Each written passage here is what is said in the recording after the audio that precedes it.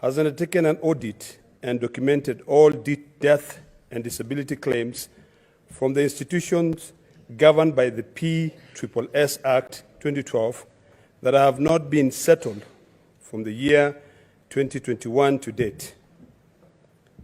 Number 2, provide details on whether the nominated beneficiaries or executors or rightful owners have received the death in service disability benefit in line with this act. Number 3, state when the next of kin of the 4,094 teachers, and I'm happy that Senator Mundigi was raising a concern about teachers, that died since the year 2016, and the over 30,000 recorded occupational illnesses and injuries would be paid their benefit.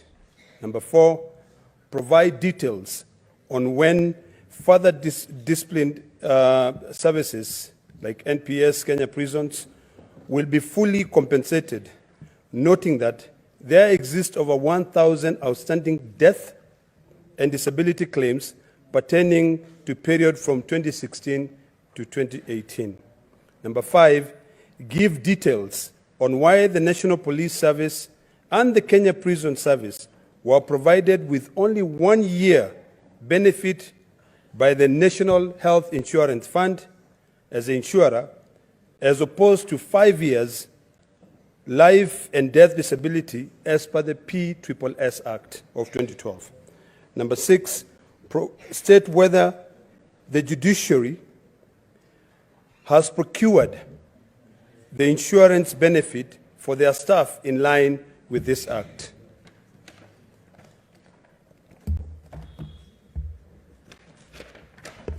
Number 7, give details on whether the Public Service Commission, the Teacher Service Commission, the Judiciary Service Commission, and the National Police Service Commission work injury benefit, or what is referred as WIBA, and the group personal accident, GPA, claims as well as medical benefit and riding covers therein for all public servants.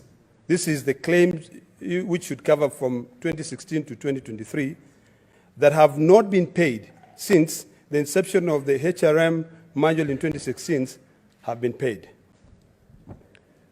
Number 8, indicate whether the Ministry of Public Service, Youth and Gender, on behalf of the Public Service Commission, wrote a circular to all public institutions on the mandatory, and I want to repeat this, Mr. Speaker, on the mandatory requirement on the PSS Act number 8 of 2012 and the Human Resource and Procedures Manual of May 2016. State, number 9, if the Ministry of Public Service, Youth and Gender, in collaboration with the National Treasury and in compliance with Section F1512, page 101 of the booklet, subsection, source the compensation fund on the Human Resource and Procedures Manual of May 2016 has set aside all budgetary allocation under each procurement plan for each public institution, and whether it has availed it to the National Health Insurance Fund in line with the approvals by the National Treasury, Gazette number 27 of 20th March 2020, Gazette Notice number 3105 of the 17th of April 2020, and Gazette number 4240 of the 16th of June 2020, where NHIF was allowed to operate as a fully fledged licensed insurance company,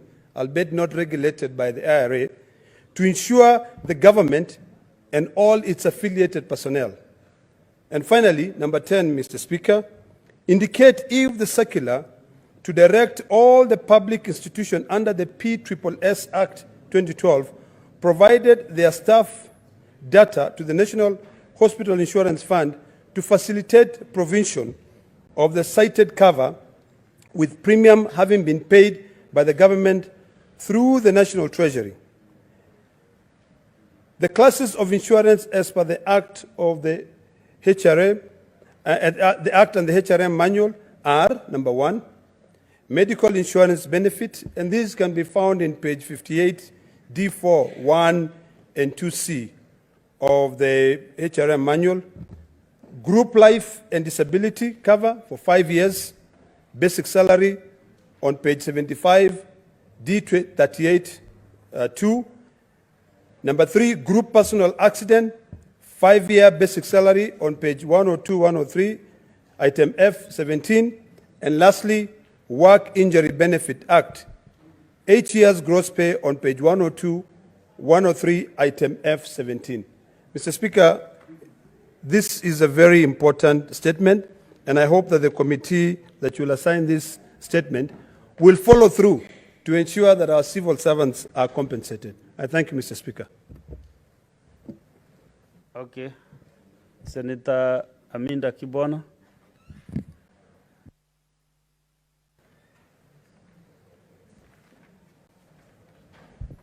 Thank you, Mr. Speaker. My statement is on ongoing demolitions and report on illegal land grabbing of Athi River Mavoko constituency. Mr. Speaker, sir, I rise pursuant to Standing Order 53.1 to seek a statement from the Standing Committee on Land, Environment and Natural Resources on the ongoing demolitions and reports of illegal land grabbing of LR number 7815/1, 10424, 10425, 8784/4 and 8786 in Athi River, Mavoko constituency, said to belong to the East African Portland Cement Company. In the statement, the committee should verify land transactions involving the disputed parcels LR number 7815/1, 1042-4, 1042-5, 8784/4 and 8786 in Athi River Mavoko constituency to establish the rightful owners and address the claims of illegal